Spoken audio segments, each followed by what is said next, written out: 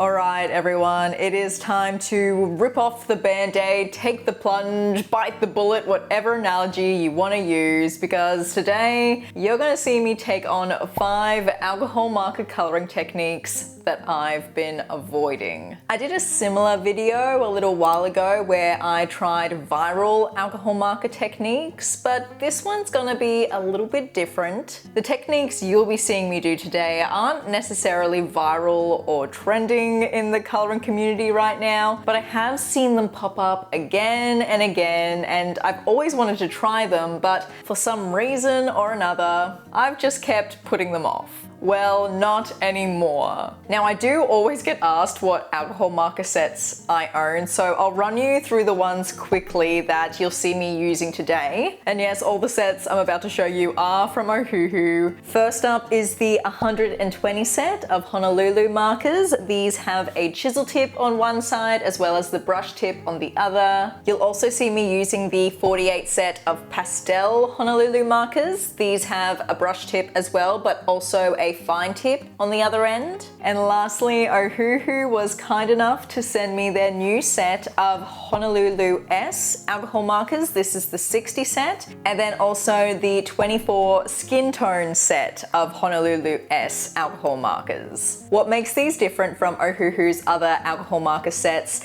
is that these still have a brush tip on one end, but the other end has a soft chisel tip. You'll see it in full action later in the video, but my first impression is that it's leagues above the original chisel tip in terms of versatility and blending. A couple of things to note in case you are interested in picking up these alcohol markers for yourselves. There are a few duplicates between the 60 set and the skin tone set. So you will notice a little bit of an overlap there. And on top of that, OHUHU also has recently revamped their entire color naming system, which I definitely think was needed. The names are a lot more accurate to the actual marker colors now. However, if you have some older OHUHU sets, which my other 2 sets I just showed you before are, the names won't match up exactly. But thankfully OHUHU has included the old names on their new swatch sheets for easy reference. So yes, those are the alcohol marker sets you'll be seeing me use today. And if you end up wanting to grab the new Honolulu S markers or anything else from OHUHU after watching this video, I do have a 10% off discount code that you can use for any product on their website. Now, the first alcohol marker technique you're going to see me tackle in today's video is actually one I've tried before. I did have great success with it, but for some reason I've just never done it again. I think I was scared that it was just a fluke and I wouldn't be able to pull it off a second time. So it was time to get over that weird mental block and give the water droplet technique another go. Now, the page you'll see me coloring for all the techniques in today's video is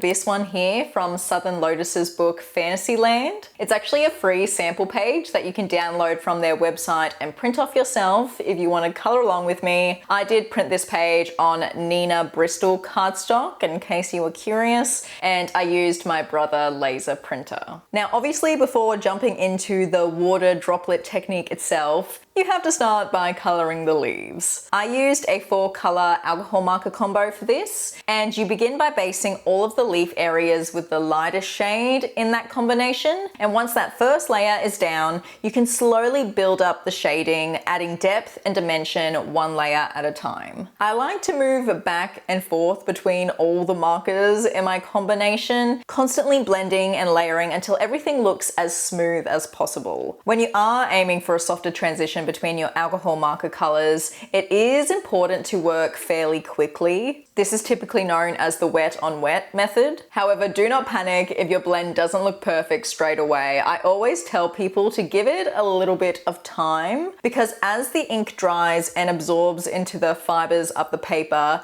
it tends to smooth out naturally. I actually find that my alcohol marker coloring work generally looks the best the day after. This is usually when everything's had a chance to kind of settle and the colors and pigments have softened together very nicely. But that being said, there are times when you don't want to work with the wet on wet method. If you're adding in more precise details like the dotted texture I created on these leaves, you'll want your base coloring and shading to be completely dry first. Otherwise, those tiny little precise details you're creating, yeah, they're gonna blend into the still wet ink. Now for the actual water droplet technique, to create the look of dewdrops sitting on the leaves, you start with your colorless alcohol marker blender, and then using the tip, you lightly draw the circular shapes wherever you want the droplets to appear. The reason you use the blender is that it lifts and disperses the pigment underneath, creating those lighter, transparent dots that help mimic the look of light reflecting against water. Once those circular shapes are in place, you then take the darker shade from your alcohol marker combo and use it to add shadows on opposite sides of each droplet. This creates that rounded, three-dimensional illusion that we're going for, and then you can further enhance the effect by grabbing a white colored pencil and just adding a small highlight to each droplet. I personally like to deepen the shadows even more by adding a touch of black fine liner right where I placed my darkest shading. I find it just sharpens that contrast and adds a bit of extra depth. We love depth in our pages.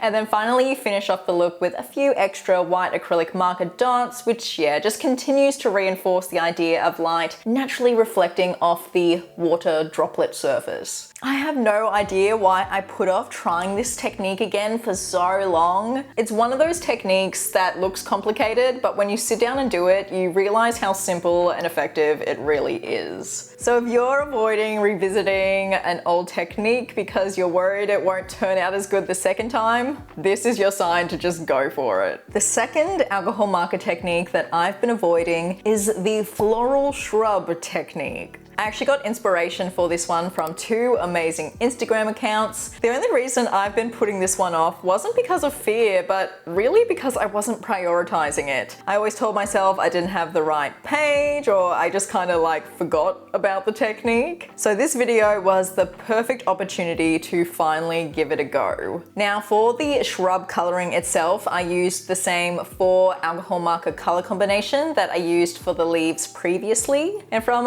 looking at the 2 tutorials from those Instagram accounts, this is the process that I figured I should follow. What you start with is basing the entire shrub area with the lightest color in your combo. And then once that's done, you move on to the second darkest color using a kind of stippling dotted motion to begin building up the texture and depth. The goal here is to emulate that kind of dense, leafy shrub look that you see in real life. So no smooth blending strokes, we're doing dots. We're doing dots, people. After that, you go in with your darkest shade from the combo to deepen those shadow areas even further. And you want to focus the darkest dots towards the base of the shrub or anywhere that would naturally be more shaded, like where the dragon is sitting on the shrub. And then to help tie all those colors together, you can take your second lightest color in your combo and go back over the entire shrub with, yes, you still want to use that stippling motion. Now, even though this is technically an alcohol marker video, you are going to see me bring in some acrylic markers, some fine liners, a few other bits and bobs. To start, you want to use a super light acrylic marker color to create the base of the flower bunches.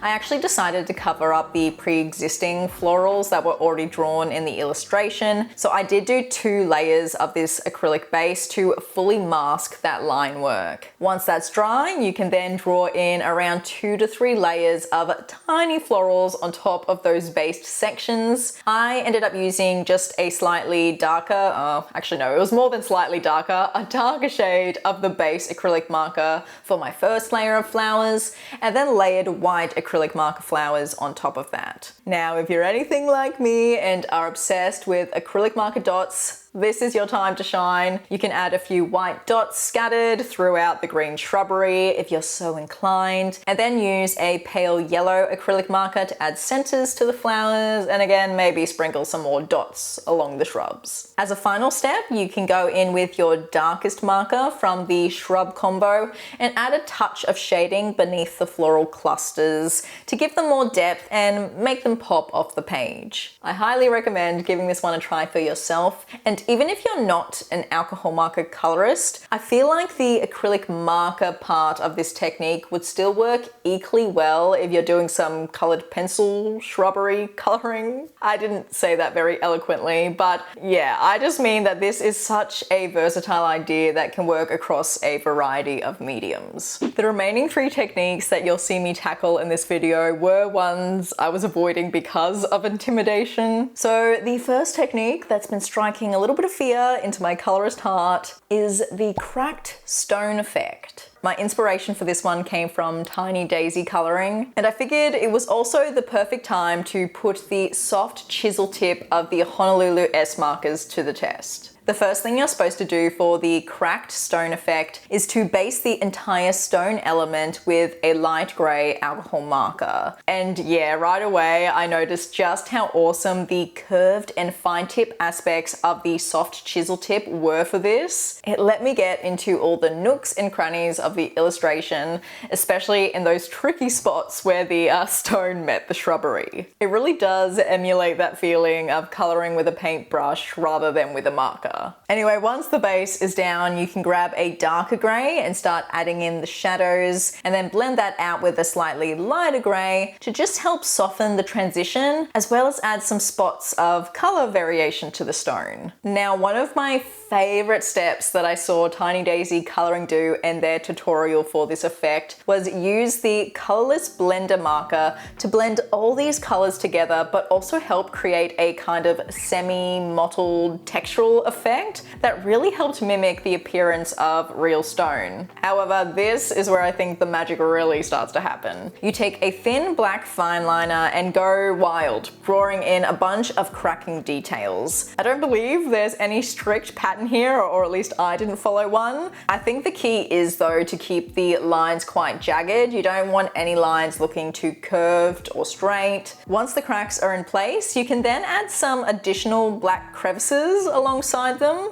I believe this is supposed to be like little eroded holes in the stone. And whilst you're here, you also add some tiny black dots to help amp up the texture and give the stone that worn, realistic look. Then you go back in with the dark grey shade you used previously and add shadows beneath the cracking lines. I found this step really was crucial for adding that kind of depth and dimension to the stone, and the fine edge of the soft chisel tip really was perfect here for getting those precise, detailed shadows. And then you finish off by adding a bunch of highlights with a white acrylic marker. I just placed my highlights wherever I hadn't put shadows. It seemed like the most logical approach to me. However, I do think that the white acrylic marker does give quite a cartoony vibe. I don't mind it, but if you're someone who likes a more subtle, realistic appearance, I have a feeling that using a light grey acrylic marker here instead would work really beautifully. And wow, I really like this technique. It is a lot simpler than I initially thought, and I am not gonna lie, I'm slightly curious to see what it would look like if I used a more unconventional color palette. Would it still read as stone if I used a purple color combination instead? Sometimes I think my brain is a little too imaginative for its own good.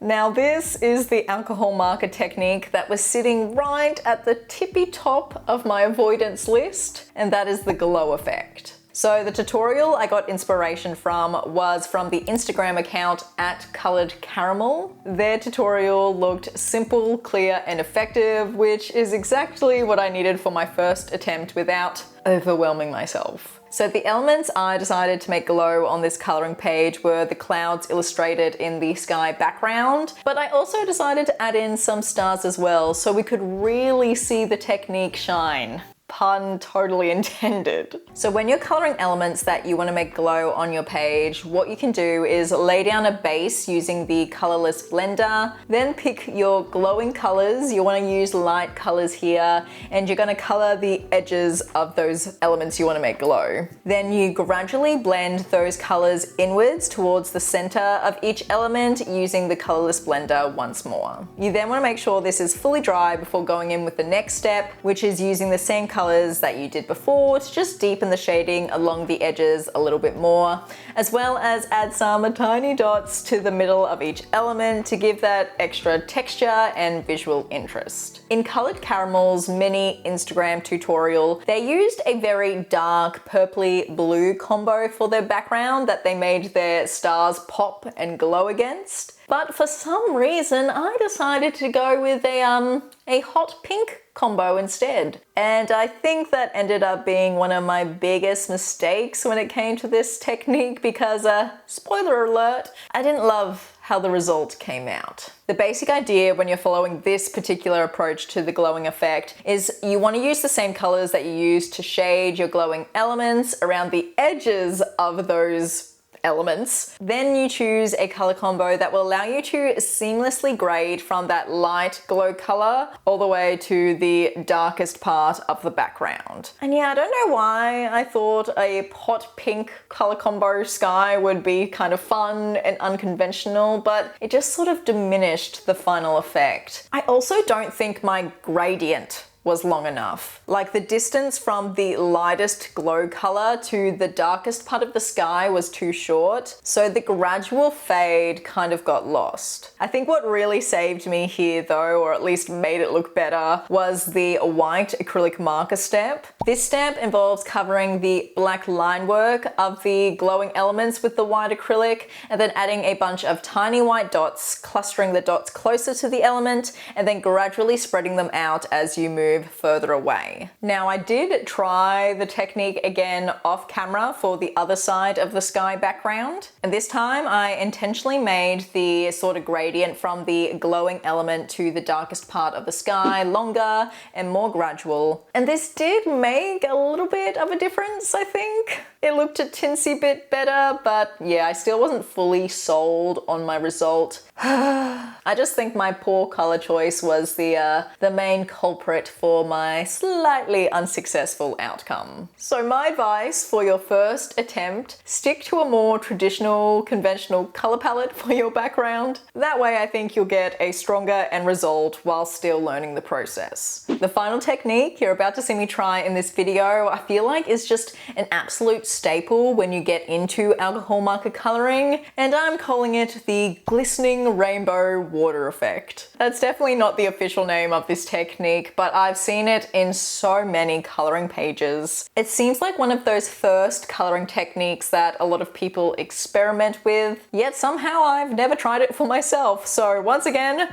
this video was the perfect opportunity to finally give it a go. For this one, I decided to actually not follow a tutorial and just kind of trust my intuition. I ended up choosing 6 alcohol marker shades for my color palette, and the general process I kind of created for myself was starting with the lightest color in the combo and gradually layering each subsequent color on top of that using a mix of long and short strokes. I repeated this with every color until I reached the darkest shade in my set, and as I worked, I just tried to follow the natural direction of the water, like you can kind of see with the curved ripples that had been illustrated where the fish and stones were half submerged. This just made the water movement feel a little bit more organic and a tinsy bit realistic. I did keep the center of the water as my lightest point, as if my main light source was kind of coming down in that spot. I know this doesn't make a ton of sense given that I had a bit of a starry night sky going on, but this page was really about experimenting and testing out a bunch of different techniques rather than making the entire scene make perfect logical sense. Once I had layered all the way to the darkest color, I then went back through the exact same process in reverse, starting with the darkest shade and working back to the lightest. I think I didn't go back in with one of the colors just because I didn't feel like it was necessary, but I found this really helped to blend all the colors together and created a much smoother, more seamless gradient between all the different colors. I think an intuitive approach is really the way to go with this technique. You can't really teach someone the exact placement of every stroke or how long each stroke should be. You just have to trust your gut,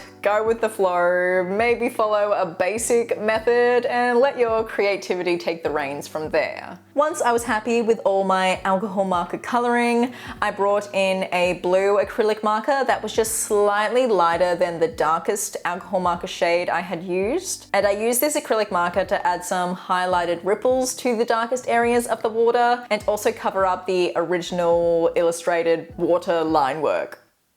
Yeah.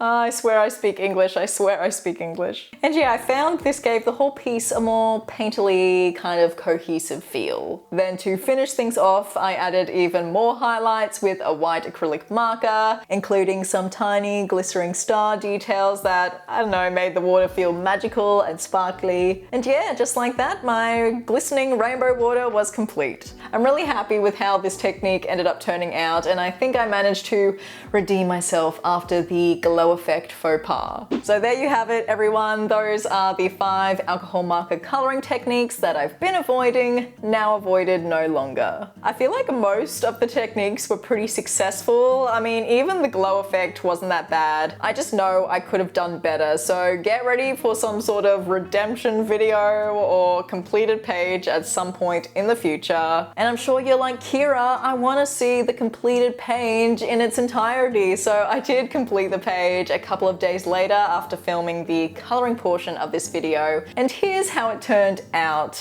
I especially love the little dragon. I think he looks really cute and kind of jelly-like. I took a lot of inspiration from the front cover of the Fantasyland coloring book for that one, and also a big shout out to all the Instagram accounts that helped inspire me or provided tutorials for all these techniques I had been avoiding. I'll have them all linked down in the description below if you want to check them out for some amazing tutorials and guidance. And in case you missed it, I do have a Pictured Purpose Patreon now. So if you want a few extra videos from me each month or just want to talk to me and fellow colorists about all things coloring, I'll have that linked in the description below. Until next time, happy coloring friends, have a good day, have a good life, and I'll see you in the next one. Bye!